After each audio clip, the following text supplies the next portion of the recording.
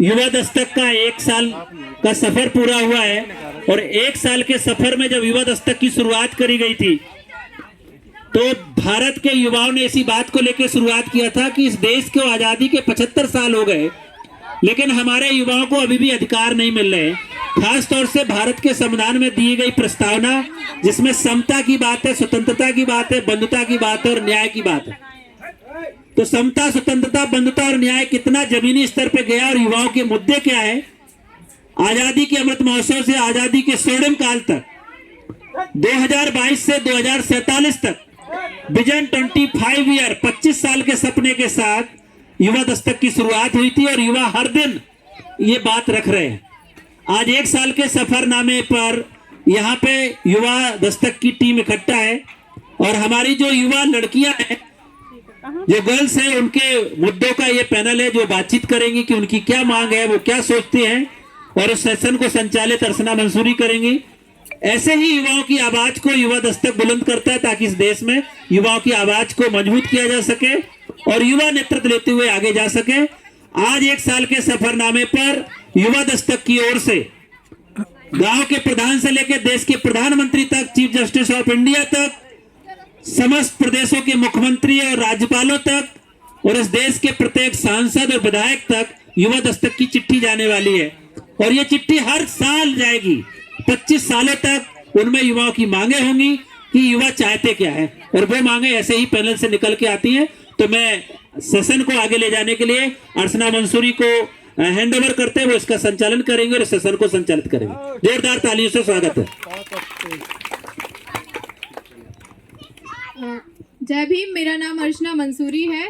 मैं उरई से हूँ और मैं अभी पढ़ाई कर रही हूँ और पढ़ाई के साथ साथ मैं युवाओं के साथ काम भी करती हूँ, हेल्थ को लेके, हाइजीन को लेके, जिसपे आज मेरे साथ कुछ मेरे साथी हैं, उनसे हम कुछ डिस्कस करेंगे, उनसे हम कुछ पूछेंगे। पहले हम इंट्रोडक्शन ले लेते हैं। माय नेम इज महिमा राज। मैं आगे बढ़ना चाहती हूँ और पढ़ाई करना चाहती हूँ।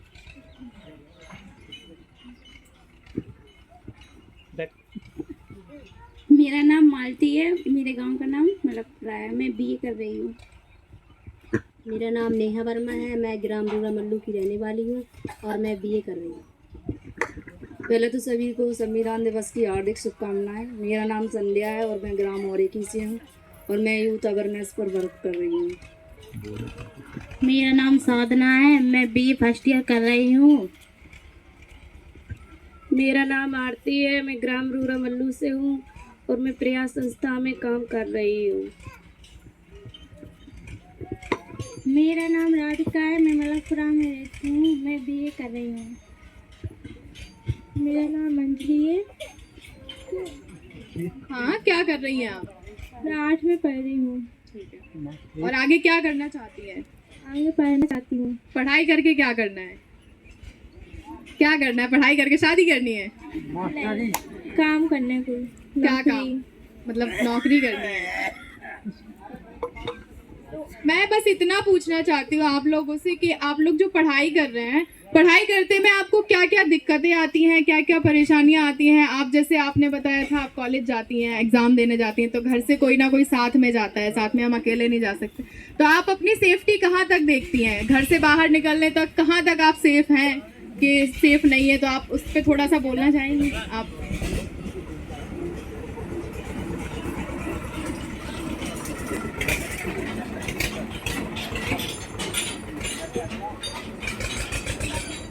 जैसे हम लोग घर से निकलते हैं तो घर तक तो हम लोग सेफ हैं। जैसे हम लोग बीच रास्ते में पहुंच जाते हैं तो घर वालों को डर लगता है कि पता नहीं मेरी लड़की अकेली घर से कॉलेज तक जा रही है, पता नहीं वो सेफ होगी या नहीं, रास्ते में क्या हुआ क्या नहीं। इसलिए घर वाले भी मतलब बेचैनी से महसूस कर डरते हैं कि पता नहीं रास्ते में क्या होगा। और अगर हम लोग खुद सही से आएंगे तो हम अपने आप में खुद नहीं डरेंगे। तो इसलिए पहले स्वयं अपनी सुरक्षा करें। इसलिए हम लोगों को नहीं डरना चाहिए। रास्ते में जो भी मुसीबत आएगी उसका सामना करना चाहिए। आप लोग पढ़ाई जो कर रहे हैं, पढ़ाई के आगे आपने क्या सोचा है कि आप कुछ कर पाएंगे लाइफ में या नहीं? फैमिली से कैसा सपोर्ट है? फैमिली से तो फुल सपोर्ट है। हम पढ़कर नौकरी करना चाहते हैं पुलिस की। अच्छा, स्कॉलरशिप मिलती है आपको? तो स्कॉलरशिप बराबर मिलती है आप जब से पढ़ाई कर रहे हैं? रेगुलर? ऐसा कोई है जिसे स्कॉलरशिप नहीं मिलती है? स्कॉलरशिप मिलती है, आप सबको मिलती है स्कॉलरशिप? वजीफा हाँ। लोगों ने बात की थी, मैं भी पढ़ाई कर रही हूँ, साथ में मैं वर्क भी करती हूँ, मैं वीडियोग्राफी भी करती हूँ, मैं शादियों में शूटिंग भी करती हूँ। तो मैंने खुद को देखा है, मैंने जहाँ तक मैंने सरवाइव किया है कि मैं शादियों में जाती हूँ, लड़कियाँ इस फील्ड में कम है, शूटिंग लड़कियाँ बहुत कम करती हैं कैमरे से। मैंने खुद को देखा है, मैं जब शूटिंग करती हूँ ना तो बहुत तरह के लोग मिलते हैं, बहुत तरह के लोग आते हैं। लोगों का इंटेंशन कुछ और रहता है कि भाई लड़की है कुछ भी कर लो, फायदा उठा लो या कुछ भी। तो मैं इस सिचुएशन से भी मैं होके निकली हूँ, और मैं साथ में मैं कराटे भी सीख रही हूँ, जिससे मेरी मतलब बॉडी भी स्ट्रांग बनी रहे, ताकि कोई ज़्यादा होता है ना कि लड़कियों को देख के लोग गलत इंटेंशन से लोग बात करते हैं, गलत इंटेंशन से लोग आते हैं। तो इस वजह से खुद में इतना स्ट्रांग बनना चाहिए, जिससे मैं मेरी फैमिली का काफ़ी सपोर्ट रहा है, जिससे मैं आज पढ़ाई भी कर रही हूँ, मैं साथ में काम भी कर रही हूँ, और मैं स्ट्रांग भी बहुत हूँ कि कोई ज़्यादा मुझसे बोल नहीं सकता है। मैंने भी काफ़ी कुछ सरवाइव किया है, मैं आज बाहर निकल के आई हूँ और मैं आज यहाँ बोल रही हूँ। जैसे आप लोग बोले कि हम बोल नहीं पाएंगे, तो आप भी बोल सकते हैं, क्योंकि मैं भी पहले नहीं बोल पा रही थी, मैं भी ऐसे ही निकली हूँ बाहर, और आज मैं कहीं पे भी चली जाती हूँ अकेले। जैसे आप लोग घर से बाहर कॉलेज तक नहीं जा सकते हैं, क्योंकि साथ में कोई होना चाहिए तभी आप जा सकते हैं। मैं आज दिल्ली, मुंबई कहीं भी जाना हो, मैं आज अकेले चली जाती हूँ, मैं खुद अपना काम मैं खुद ही करती हूँ। अभी आप लोग अगर कुछ कहना चाहते हैं अपने बारे में तो आप बताएं।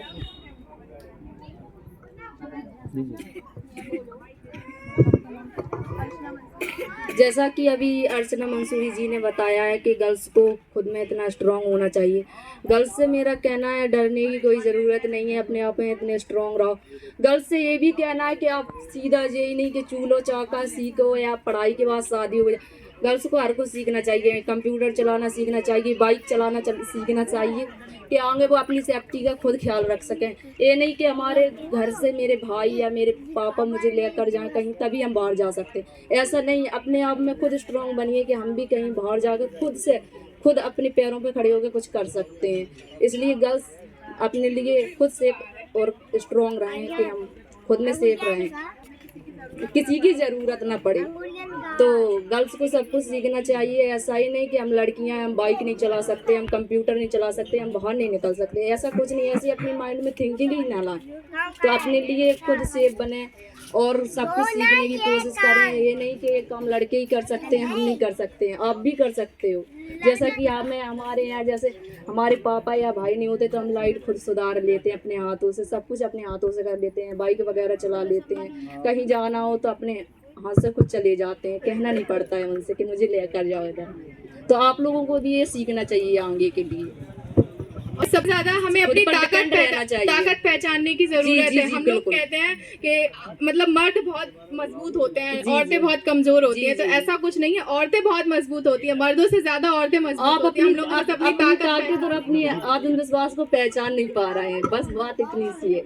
बाहर निकल कर देखिए और जानिए, सही और गलत का मतलब समझिए, तो आप कर सकते हैं। आगे के लिए सब कुछ सीखना चाहिए आपको।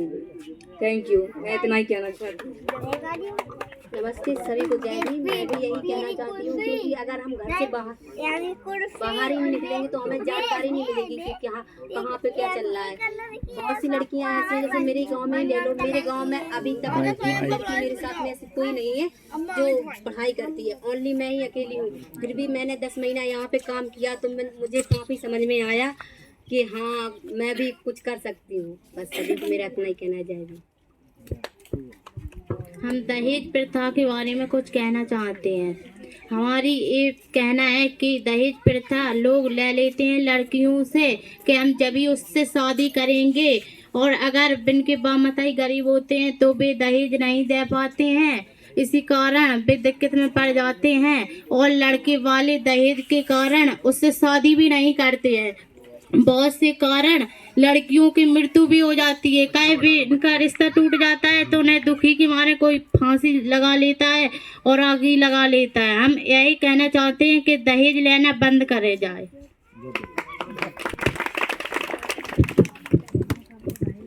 मैं भी यही कहना चाहती हूँ कि अपने अंदर मजबूती बना के रखे और अकेले जाना आना सीखे। किसी का भाई बहन और माँ बाप का कोई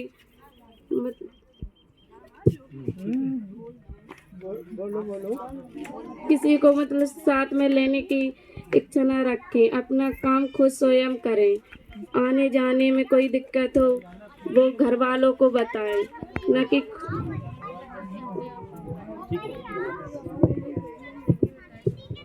मैं कहना चाहती हूँ कि सभी लोग पढ़ें और आगे बढ़ें, क्योंकि सबको पढ़ना ज़रूरी है। वरना अगर नहीं पढ़ेंगे तो सब लोग वो समझते हैं। गांव वाले हमारे गांव में बहुत से कम लोग हैं जो पढ़ने जा रहे हैं। सब लोग घर में रहते हैं और सब लोग काम पे ही जाते हैं। तो सब लोग पढ़ें और आगे बढ़ें। मतलब पढ़ना भी चाहिए और काम भी करें।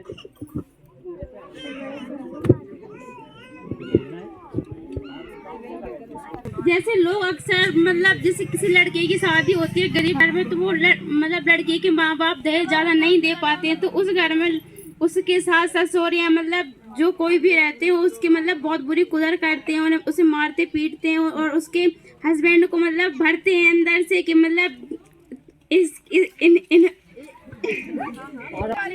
इनके माता पिता ने कुछ नहीं दिया, इसमें कुछ नहीं है।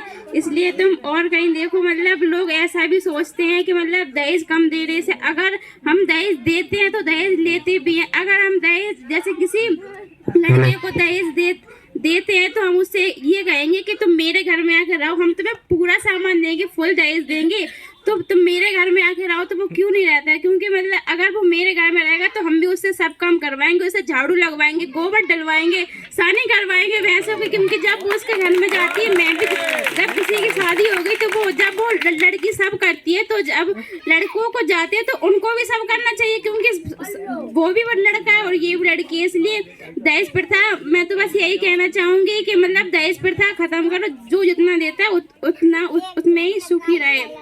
बस, थैंक यू।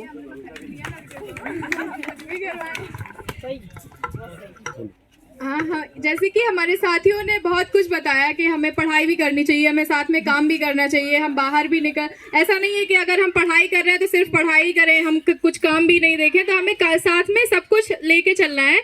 और शादी से रिलेटेड भी बताया, कुछ लोगों ने दहेज से रिलेटेड बताया कि दहेज प्रथा बंद होना चाहिए।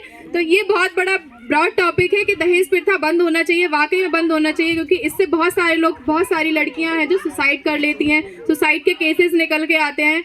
और साथ में पढ़ाई भी होनी चाहिए, ताकि लड़की अगर सेल्फ इंडिपेंडेंट होगी तो वो कहीं भी अपनी मर्जी से कहीं भी शादी कर सकती है।